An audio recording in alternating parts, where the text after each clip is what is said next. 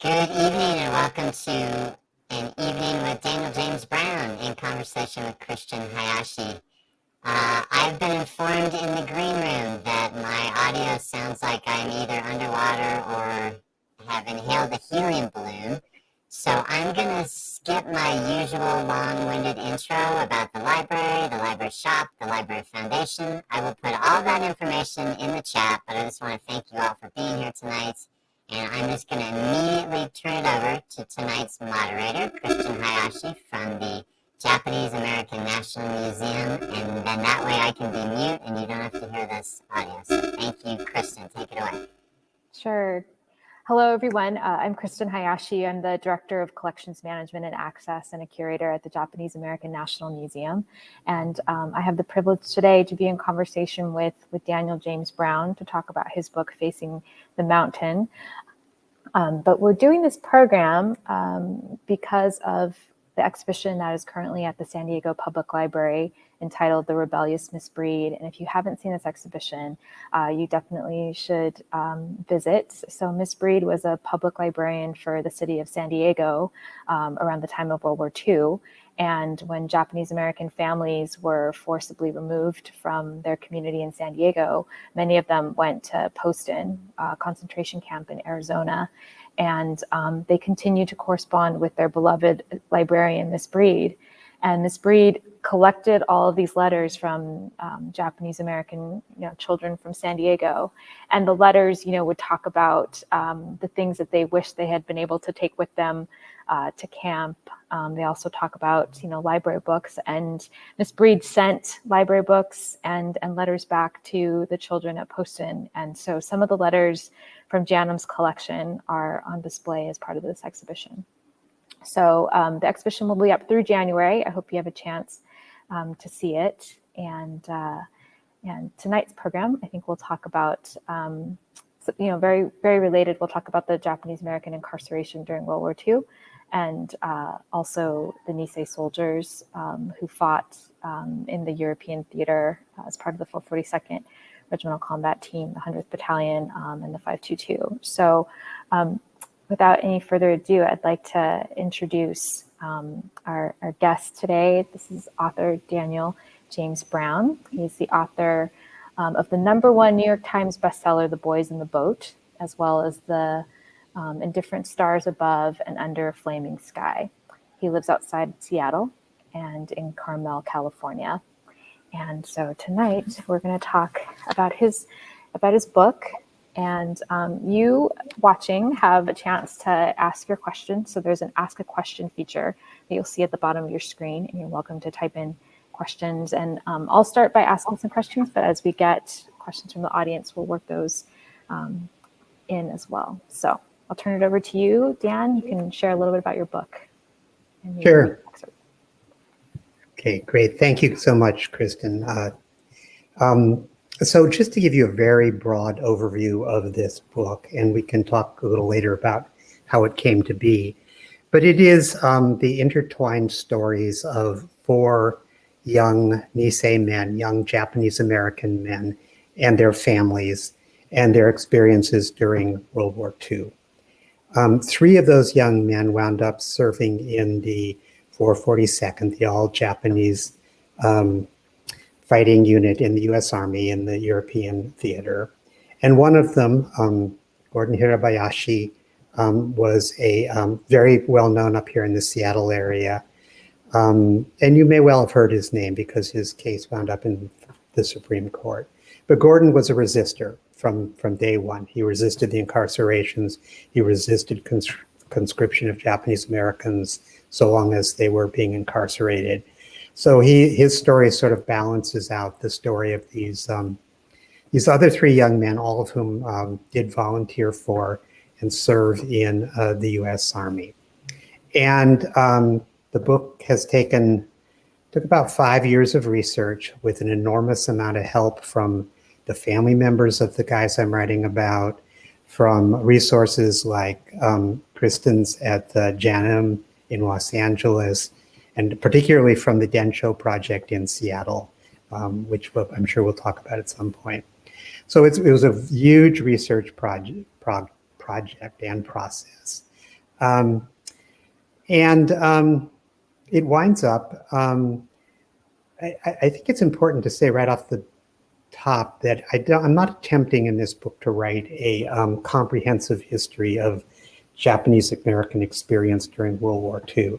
I think, for one thing, it'd be presumptuous of somebody like me to write a comprehensive history. It's also just not really what I do. What I try to do is write really personal stories about individuals, stories that shed some light on a slice of history that I think needs to have more life shed on it.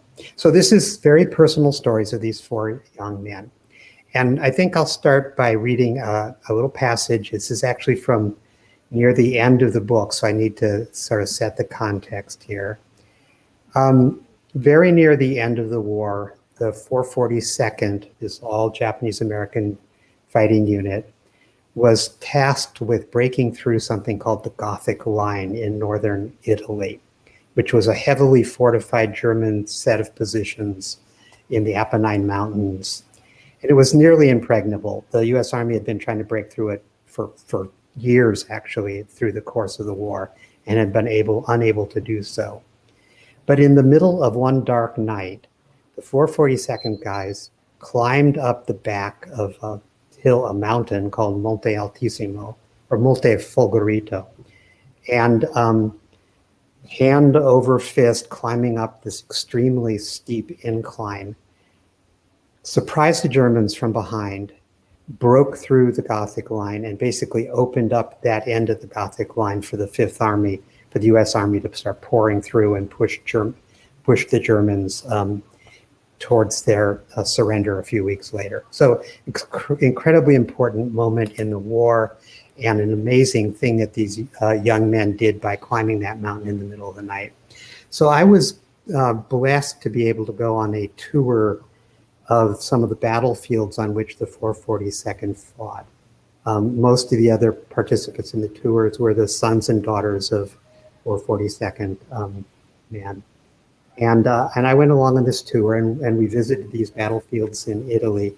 And one of them was up on top of Monte Folgorito, where these guys broke through the Gothic line. And I had sort of a moment of epiphany as I was standing there on the top of this mountain looking down at where they had started, and how difficult that climb up that mountain must have been in the middle of the night. And I just want to share with you what went through my mind as I was there. So let me start here. Standing there, I struggled to comprehend the sheer audacity of it, pondering what exactly enabled those young men to do something like that. But in almost the same instant, I knew the answer. It was something simple and powerful and irreducible. It was who they were at their cores. Those young men were the living embodiments of the spirit that has always animated America, the spirit that has held us together for more than 2 centuries. The striving, the yearning, the courage, the relentless optimism, the willingness to chip in and lend a hand, the fair-mindedness, the inclusiveness. They knew that they had been called upon to defend a set of simple but profound ideals, the highest ideals of America and the Western democracies, and having heard the call, they answered it, as did millions of other young men in that first half of the 1940s. Most of them fought for those ideals on the battlefield. Some, like Gordon Hirabayashi, fought for them in courtrooms. But do not forget this. As American as they were, in some ways and to varying degrees, they were also proudly Japanese. As they stood up and ran into that fire, many of them carried with them values that their immigrant parents had taught them. Not just the samurai's code of Bushido, but a host of related beliefs and attitudes, Giri and Ninjo and Gamen among them. Indeed, it was largely because they held those other, quote, foreign values that many of them were able to do what had to be done. On Monte Folgorito, in the Vosges forest, among the hills of Tuscany, at Monte Cassino, time and again they selflessly offered up their best selves, and the selves they offered up, the lives they put on the line, grew from both American and Japanese roots. Whether they lived or died in the endeavor, they reminded us yet again that we Americans are all composed of varied stuff, a multitude of backgrounds and identities forged together in the furnace of our national tribulations and triumphs. In the end, they helped win for us a far better world than the one in which they found themselves when Japanese bombers first appeared over Pearl Harbor on the morning of December 7th, 1941. Now, more than a generation later, it is up to us to cherish and protect what they won, to devote ourselves yet again to the principles they defended, to surmount their own mountains of trouble, and to keep moving upward together on the long slope of our national destiny. So, as I say, I became a huge admirer of all these young men. They're now old men by the time I met those who were still alive. And I just love them. And I have so much admiration for what they did. Again, both those who fought on the battlefield and those who fought against the discrimination in courtrooms. Thank you. Thank you for sharing that. I have to say that your book came up at Thanksgiving with my family, and so many friends and family members have brought up your book and just, raved about how fantastic it is. And after reading it, I absolutely agree. You say you don't do comprehensive histories, but it's so thorough and provides, such an amazing portrait into this, part of history. So I guess my first question to you is, how did you become interested in the story of the Nisei soldiers and the Japanese American incarceration? Yeah, so this whole project began in 2015 when I met a gentleman named Tom Ikeda. I was actually at an awards ceremony in Seattle for The Boys in the Boat, and Tom was there we were both receiving something called the Mayor's Arts Award. Tom was there receiving an award for his work at the Densho Project. Tom has for over 25 years now, been collecting, videotaping, recording, curating, and making available to the public on his website at densho.org the firsthand oral histories of Japanese Americans, mostly from the World War II era. And at this point, there are hundreds and hundreds of these oral histories that are available. And I knew nothing about that, but just sitting on the stage with Tom, listening to what he'd done at Densho, I was interested. I was looking for a topic for a book, and for various reasons having to do with my growing up, I've always been interested in Japanese American affairs and history. So I went up to Tom after the ceremony and I got his business card. And then I went home that night and I got online and I started looking and listening to some of these oral histories. And I was just blown away by the stories. I mean, these were deeply personal, compelling stories about ordinary people confronting really difficult situations and learning how to cope with them and to overcome them. And those are the kinds of stories that draw me naturally. And I mean, in some ways, it's a very different book from The Boys in the Boat in many ways, but in other ways, the stories are somewhat similar. These, again, are the kinds of stories that appeal to me and that I feel, I'm interested in carrying out to the world. So I started listening to these stories, and I was just blown away by many of them. So went back to Tom, and Tom and I started a conversation that has been going on ever since, and gradually tried to narrow down. There's so much stuff at Densho. There's so many interesting stories. It was a real challenge to narrow it down to a manageable number. And Tom was one of the people who was very helpful in figuring out how that might work.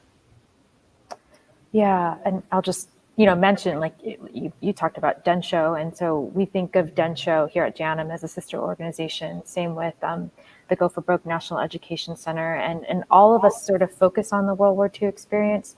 So some more exclusively than others. We sort of chronicle the entire Japanese American experience, but I will say that the strength is the World War II experience. And you're right, so many. I think why these collections are so important is because they highlight seemingly ordinary individuals who have these really extraordinary stories to tell, and you've really brought that out through your book, certainly. It seems to me that the title of the book, Facing the Mountain, carries a double meaning. And so I was just wondering if you wanted to talk about the significance of the title. Yeah, first of all, I should give credit to my wife, who is always my title meister. I'm terrible at titles. I always come up with these absurdly flowery metaphorical things that nobody has any idea what I mean. This one's a little bit metaphorical too, but Sharon, my wife, came up with it, and I like it. It does have at least two meanings. One thing is just that it was a fact, a topographical fact, that the 442 guys were always fighting their way up the side of some mountain or another, whether in Italy or in France and Germany or back in Italy at the end of the war. The Germans always held the high ground. The Nisei troops were always having to fight their way uphill into fire directed downhill at them, which is the hardest way to fight. So it's just sort of a fact. But the other thing is, I was interested right from the get-go when I was trying to narrow down the topic. It occurred to me that young men, Nisei men of draft age, had a particularly difficult problem put in front of them on December 8th, December 7th, 1941, immediately after Pearl Harbor. Their classmates and their friends and their neighborhood buddies and so forth were all going down and enlisting and signing up for the military. But what was a Japanese American kid supposed to do, especially as his family was being forced from their home and incarcerated in concentration camps in American West? What was the right thing to do? What would, So the long answer, it seemed to me that there was a mountain of troubles that they and all Japanese Americans had to confront, and they had to find their way around it or through it or over it. And so that's the level on which it's a metaphor. Right. How did you pick the individuals that you focused on? Because there's so many interviews with World War II veterans. So how did you pick Katsugo Miho and Rudy Tokiwa and Fred Shiosaki, Susumu Ito, and George Oye to focus on? So once I sort of, it took a long time to get to this decision. Okay, I'm just going to focus on draft age young men and their families, because the families are super important here. But once I had narrowed it down to just draft age young men as the sort of center, there's still way too many stories. So I wanted a number of things. I needed people that had left a good record of their lives behind. So people that had been interviewed by Densho or Go for Broke, or who had extensive material collected at your museum, for instance. I needed people that had plenty of source material to work with. I reached out to families and wanted to make sure families were okay with me doing this and see whether families were willing to help. And wound up going in back rooms of people's homes, and they shared stuff with me. So some of it was just, do I have enough stuff to work with for this particular person? I wanted some geographical diversity. I mean, Katsugo Miho is from Hawaii, and of course the Hawaiian part of it is a huge part of the story, because the story in Hawaii was a little different than the story on the mainland. So I wanted somebody from Hawaii. I wanted somebody from the Northwest, because I am in the Northwest. I actually wound up with two people. Fred Shiosaki is from Spokane, and Gordon Hirabayashi is from Seattle. And then I picked Rudy Tokiwo because he's from California, but also because his family was incarcerated at the Poston concentration camp. And his story I thought was particularly compelling. So geographical diversity, plenty of stuff to work with. And then just, guys that I thought were really interesting. And as I say, I wound up just falling in love with all four of these guys. Your author's note at the beginning of the book starts with a quote from George Orwell, and the quote is, "Political language, and with variations, this is true of all political parties from conservatives to anarchists. So political language is designed to make lies sound truthful and murder respectable. The impact of this political language is a main through line of your book." And so you proceed to point out that words matter, explaining how terminology can be used, as you rightfully say, to filter, soften, obscure, and distort a number of hard and uncontrollable facts. So scholars of this history are very intentional about language, and we use the term incarceration rather than internment, which you do in the book. We say America's concentration camps versus internment camps to use more accurate terminology than the euphemistic terms that the government used at the time. So there are many euphemisms that the US government used to describe aspects of the forced removal and the subsequent incarceration. Can you explain how terms like enemy aliens, evacuation, and relocation centers were used to establish, truthiness? And so pardon, the modern term. Yeah, the fact is the government wrapped the entire everything they did in regards to the Japanese American civilians during World War II, in terms of forcibly removing them from their homes, incarcerating them in the camps. They wrapped all of that in the most euphemistic language they could come up with, basically. So they talked about evacuation instead of forced removal. They talked about relocation centers, rather than concentration camps. And I want to be really clear about the term concentration camps because it does come up all the time in these talks. That term in particular, I really I want people to understand that that I'm not equating places like Poston and even the hardest core camp, which was Tule Lake. I'm not equating those with places like Auschwitz and Dachau. Those were extermination camps. They were slave labor camps, and these camps we're talking about were not those. But they were concentration camps. They were designed to concentrate a population of people based on their ethnicity behind barbed wire in order to separate them from the rest of the population. That is precisely what a concentration camp is. So I think it is really important, even though it's painful, I think it's important to use these really accurate, precise, strong words. Because all of us grew up, I grew up, this word internment in my head and evacuation, all these things. And they're just wrong. That's not what happened. It's time that we got the language straight. Right, thank you for saying that. It's really important. Your writing is just so good. You completely transport your reader to a different time and place. So I wonder if you could talk more about your process, how you were able to reconstruct what happened on the day Pearl Harbor was attacked from so many different perspectives. The Maui County Fair in the late 1930s, I felt like I was there and I was feeling nostalgic. Daily life at Poston and the front lines in the European theater. Can you talk about maybe some of the sources that were available and how you were able to create such a vivid description of these places? Yeah, so I always caution everybody to other writers probably shouldn't emulate my process because my process is so messy and chaotic. That said, I do an enormous amount of research, and a lot of that research is looking for very minute details because it's very minute details that bring a scene to life. So once I know what the overarching arc of the story is and what the main events in the story are, I go back and I spend a lot of time just looking for those little things. For instance, you mentioned the Maui County Fair, because Katsugo Miho grew up on Maui, and the fair, the yearly fair was a big part of his life.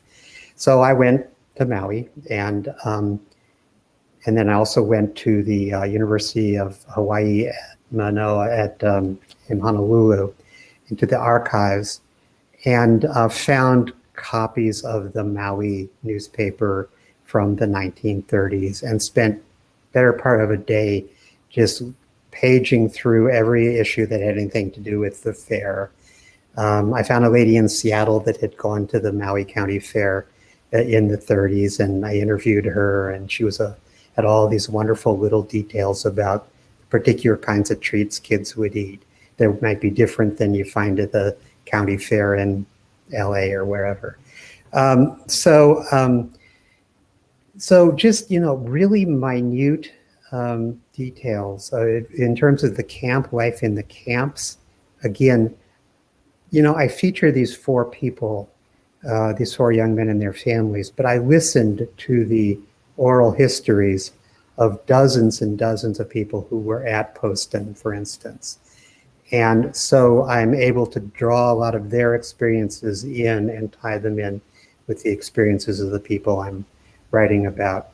The camp newsletters, all the camps had, at some point or another, had newsletters that kept up with day-to-day almost, or otherwise week-to-week news of what was happening in the camps. And these were just enormously valuable in terms of, again, little telling details that bring a scene to life.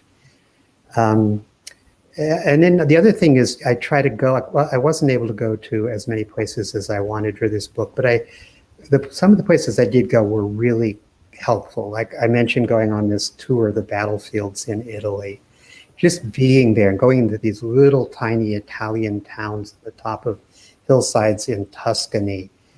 And it's amazing, by the way, you go into these little Tuscan towns with a bunch of families of members of the 442 guys, and the old townspeople come out and they remember the Nisei troops coming into their town and liberating their town. And they have little monuments all over Tuscany. They still remember and talk about the Nisei troops liberating them from the Germans and from the Italian fascists. So being on the ground, going to places is another thing I do. But mostly it's just I cast a really wide net to get very small, very telling details.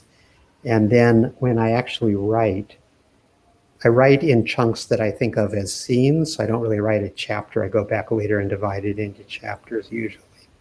But I write scenes, and a scene might be anywhere from a couple sentences to a couple of pages. But it's literally as if I'm looking at what's happening through the lens of a movie camera.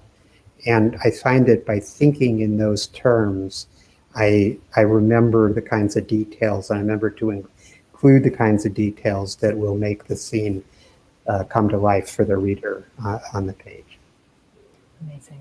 Yeah. This year marks the 80th anniversary of Pearl Harbor, and that's how you sort of start off the book by talking about Japan's attack on Pearl Harbor. And while this event is important and it upended, the lives of Japanese and Japanese Americans, you also elaborate on the intense prejudice and discrimination that existed long before Pearl Harbor. And I think this is a really important point. And so I wonder if you wanted to touch upon that, maybe how some of your Nisei soldiers' parents were impacted by discrimination and prejudice on the West Coast, for example. Yeah. First of all, in terms of the rhetoric and the language after Pearl Harbor, one of the things that was very apparent to me is I spent quite a bit of time actually going back into history to get my bearings. And so I spent a lot of time reading about the Chinese immigration to the West Coast in the late 1840s, 1850s, and the kind of violence and the kind of rhetoric that was directed at them. And then this period where this notion of the yellow peril came up around the turn of the 20th century, 19th century to 20th century, this notion of Asians as bringers of disease, as rats and locusts and vermin of various kind. When Pearl Harbor happened, Americans had already been exposed to these kinds of memes and tropes and images, these very racist caricatures, through films they'd seen from Hollywood, through papers, this yellow journalism they had read. They were already familiar with all these really racist tropes and images. So those were already in the American consciousness when Pearl Harbor happened, and they were just sort of pulled up, dredged out, and hurled at Japanese and Japanese Americans, ready-made. I just digress a little bit to say that one of the things that's really been disturbing to me about the last few years is seeing those same images and tropes and associations that were there in all those instances I talked about, including Pearl Harbor, brought up again and hurled at Asians in general and Asian immigrants in the last few years in this country. So it's something that's deeply embedded in the American consciousness, and I think it's necessary to confront it. So I may have wandered away from your question. No, that's great. Yeah, thank you. Much of the book is about Japanese Americans who volunteered or were drafted into the military. But there's great complexity to the story of military service. Can you talk about some of the dilemmas that many men and women faced, and the way that decisions about military service split up families, and also like the Japanese American community as well? Yes, absolutely. So when originally, for instance, Fred Shiosaki, one of the characters I follow, he right after Pearl Harbor, he went down to the enlistment office in Spokane and tried to enlist, and he was told he couldn't, that he was something called an enemy alien. And he was just completely flummoxed by this. He was an American citizen. He wasn't an enemy alien or an alien, but the Army had classified him, because he was of Japanese descent, as an enemy alien. And so originally Japanese Americans were not allowed to serve at all. When the 442nd was created, well, the 100th was created a little earlier, but I'm going to stick to the 442nd, which was created in early 1943. And word spread in the camps, among young men in particular in the camps, that there was now, they could now volunteer for an all Japanese American fighting force in the US Army. It caused an enormous amount of confusion and dissent and disagreement. At Poston, for instance, which is one of my characters, Rudy Tokiwa from Salinas, was incarcerated at Poston in Arizona. And when these young men learned that they were now eligible to serve, they went out and sat down in the shade of some mesquite trees on the edge of camp, and had this debate that went on for a long time, very strongly felt debate about what the right thing to do was. Many of the young men at that time said, hell no, I'm not fighting for the government that has put me and my mother and my grandmother in this place. That's the last thing in the world I want to do. Other of the young men, and Rudy was one of them, argued that, well, if we sign up and we serve and we fight and if need be die, that after the war, surely Japanese Americans will be treated better. We will have earned the respect of our countrymen. And so this was a fierce debate. And as you mentioned, it tore the young men apart, it tore families apart. And that got only worse in terms of people being torn apart when a little later the US Army actually began to conscript Japanese American men, including men who were in the camps. And that, at this point now, you have some families that have sons fighting and dying in Europe, and you have other families whose sons are refusing to be drafted on the grounds that they will refuse to be drafted so long as their families are being incarcerated in a concentration camp. So it opened a lot of wounds, and there was a lot of disagreement, a lot of pain, a lot of grief, I think, on both sides. As you know, the young men who refused have come to be called the No-No Boys, and there's a wonderful novel by that title. But it's a wound that, I know still resonates even today in the community, and it's a tough one. Yeah, absolutely. Your description of what it was like to be on the front lines, is so vivid, and I felt like I was safely on the front lines as I was reading it, but still with Rudy and Fred. But it really helped me to understand some of my own family history. So my great uncle Henry Kondo was part of E Company in the 442nd Regimental Combat Team, and he was fighting in the European theater, and he was ultimately killed in the Battle of Briere. I think October 17th, 1944. And I had heard from a veteran that we interviewed a few years ago that he thinks he saw my great uncle get killed, and he said it was from tree bursts, tree shrapnel, and you talk about that.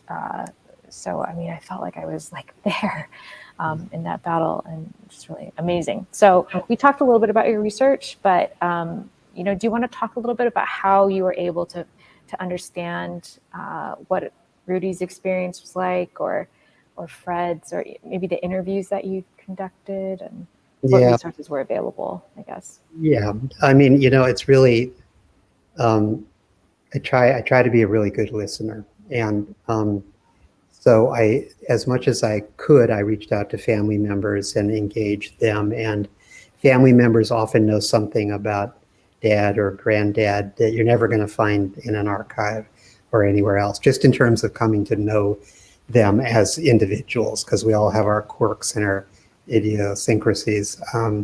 So talking to family members really helped me to get to know these guys. Of the four principal folks I talk about, only Fred Shiosaki was still alive when I started this project. So I spent quite a bit of time with Fred, facilitated by his son, Michael. And Fred was just such a wonderful guy. He was just so full of piss and vinegar. You can't believe it. He's just, sadly, he just passed away about 6 months ago. But so I spent a lot of time with Fred. I spent a lot of time with the family members where I could find them. The interviews, as I say, those interviews at Densho, a lot of them are really extensive. Tom's a really good interviewer. And there are also wonderful interviews at the Go for Broke Foundation across the street from you guys in Los Angeles, and also at the museum. There were wonderful resources. As you know, I used some of the correspondence at the museum to get to know some of the men too. So just wherever I can get the stuff that will help flesh them out as, people rather than just figures, that's what I go for. And if I could just make a plug, I'm at the museum now. I'm sitting in an exhibition called A Life in Pieces, The Diary and Letters of Stanley Hayami. So Stanley is behind me. He was part of the 442, and he kept a diary while his family was incarcerated at Heart Mountain concentration camp in Wyoming. I see there is a comment about Heart Mountain, and his diary, includes text entries of daily life at Heart Mountain, but also illustrations. And so we made his diary come to life by creating a virtual reality piece, and pages of the diary are on display. And what's really poignant is that Stanley was killed in action on one of the last days of the war, and so it makes his diary even more incredible. And we also have an exhibition where you can have a conversation with Lawson Sakai's avatar. So Lawson Sakai was also a World War II veteran, and we did a 25-hour interview. And so it uses artificial intelligence technology where you can ask questions and Lawson's avatar will respond. And I think it's sort of like, all these interviews that you're talking about, it's just so incredible to me that, 70 plus years after these events, the memories of what it was like to be on the front lines are just so vivid, and they can remember each one of the, the battles just in incredible detail. So it's really amazing. It is. Go ahead. Yeah. Go ahead. Let's see, what else?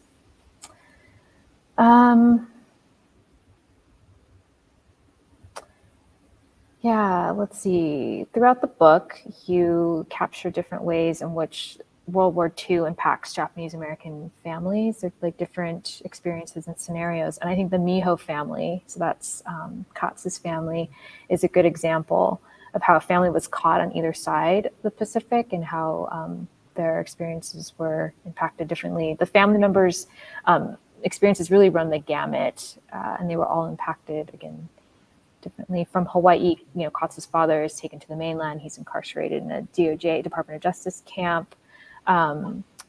His brother was killed overseas in Europe.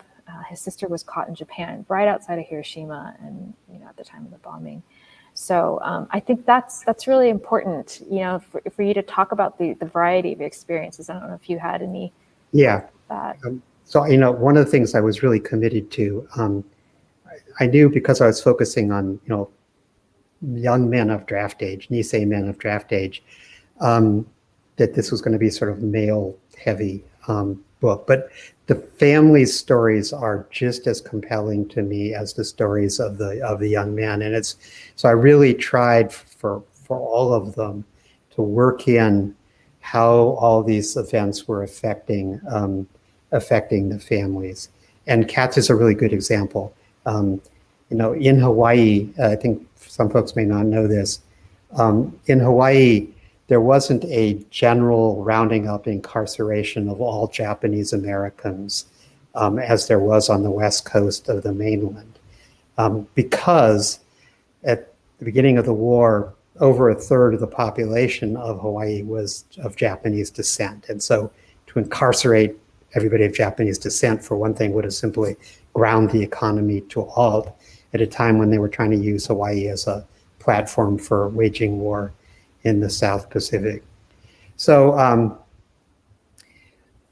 there wasn't a mass incarceration of Japanese Americans or Japanese in Hawaii, but the FBI before the war had created a list, the ABCD list, that the FBI had categorized a large number of Issei, that is first generation people, mostly men, to be incarcerated in the event of a war.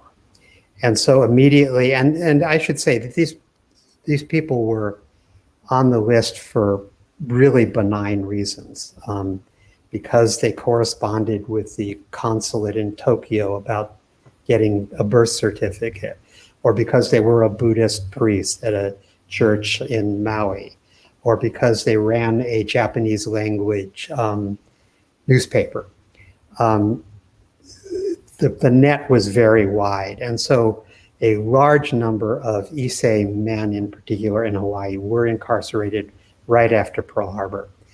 Katz, Miho, to get back to him, on the night of the attack on Pearl Harbor, Katz wound up joining something called the Hawaii Territorial Guard. And so he that night was down on the waterfront in Honolulu, patrolling the waterfront, carrying an old rifle against what everybody expected would be a Japanese invasion at any moment. At the same time he was doing that, his father, who ran a hotel on Maui, was being led away at gunpoint, put in the Maui County Jail, and then moved to other facilities and wound up in a DOJ prison on the mainland. So very different experiences. You have the son, defending the island against an invasion. You have the father being hauled away for no good reason, really. And then there were so many things like that where other family members were affected. Just to stick with the Miho family one more time is, as you mentioned, while all this is happening, Katz has a sister, Fumie, who is in Tokyo. And she had moved to Japan before the war began, but then became sort of stranded there when the war did begin. And so she saw the war from inside Japan, and she saw how much the Japanese people suffered during the course of that war. And then she wound up the morning of the atomic bombing of Hiroshima, missing her train into the city. And so she was still at the train station outside the city when the bomb fell. She saw the mushroom cloud and all that.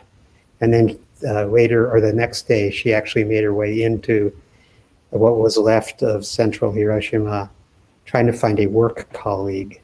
And of course, just found nothing but death and devastation.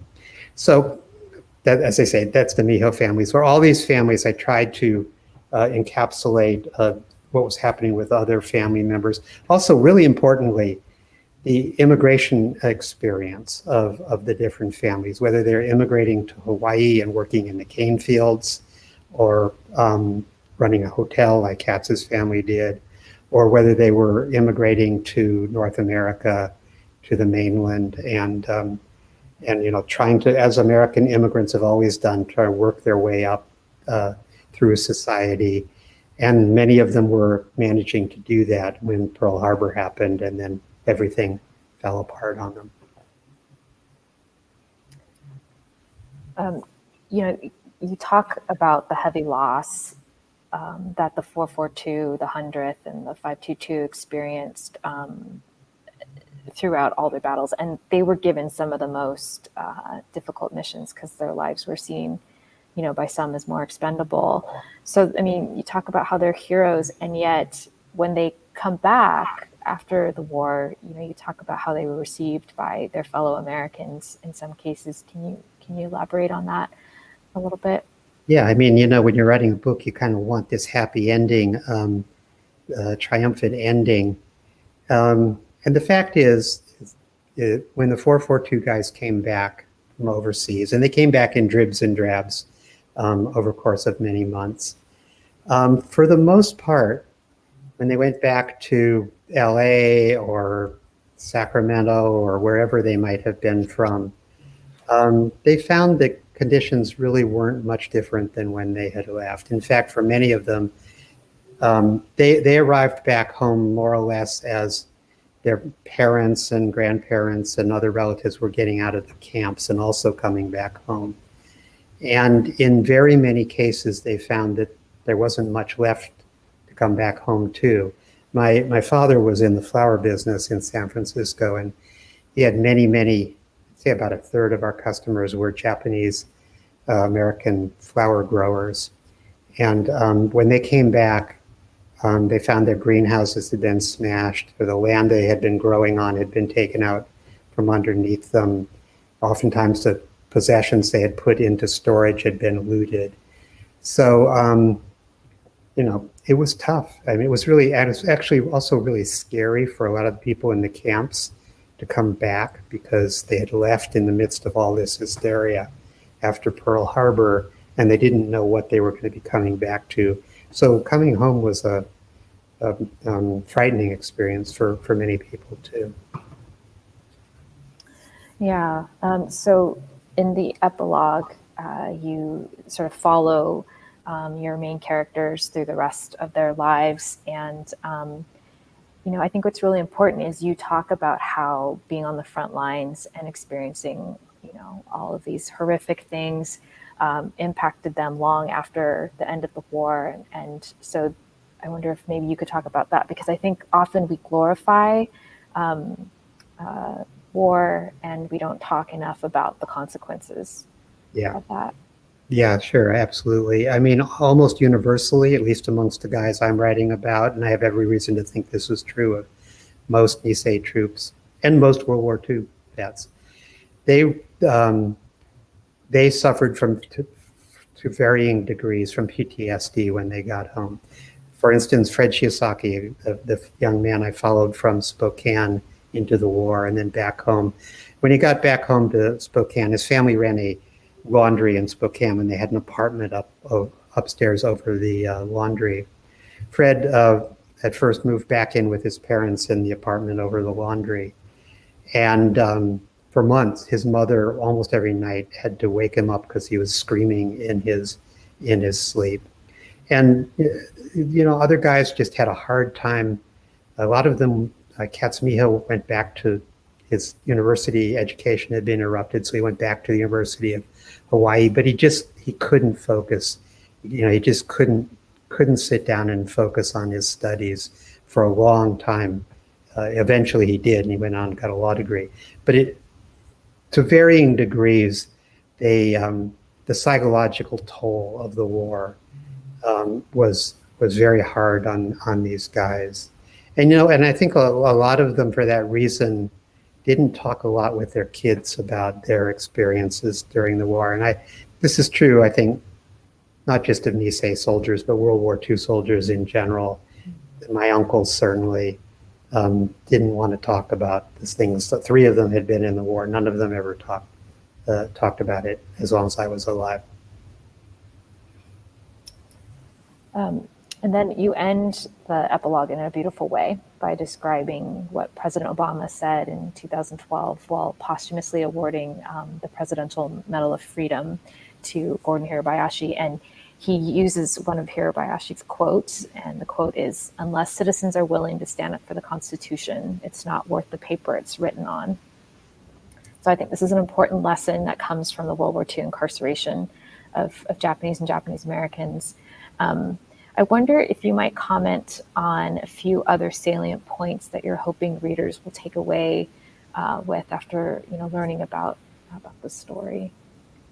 I think it's really the thing that I hope is that this book will open some hearts. I think anybody who reads this book and reads the stories of these young men and what they went through and what they fought for, what they believed, whether you're talking about the ones that served or somebody like Gordon Hirabayashi who resisted on principle. I think it's very hard, if you're a reasonably good-hearted person, to come away from these stories without really admiring these men and what they did, and understanding, therefore, the contribution that Japanese Americans made to this country, particularly in this age when we are facing renewed surges of anti-Asian sentiment and rhetoric.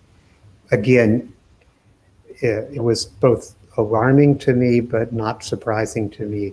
When I was researching this book, by day I'd be reading about these hardworking immigrant families coming to Hawaii or coming to the mainland. And then I'd come home and turn on the news and I'd hear all this anti-immigrant rhetoric. And I was reading about families being torn apart by the incarcerations and all that involved. And then coming home and turning on the news and hearing about families being torn apart and kids being put in cages at the southern border. There are so many relevant pieces of history in this story that pertain directly to what's going on in this country right now. That I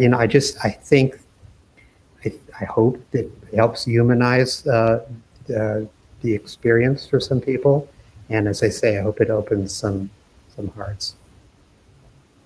Exactly. Thank you. That was really great. Thank you for a great conversation. I don't know if my audio is any better, but it's 20 degrees colder in my room now, so I'm bundled up.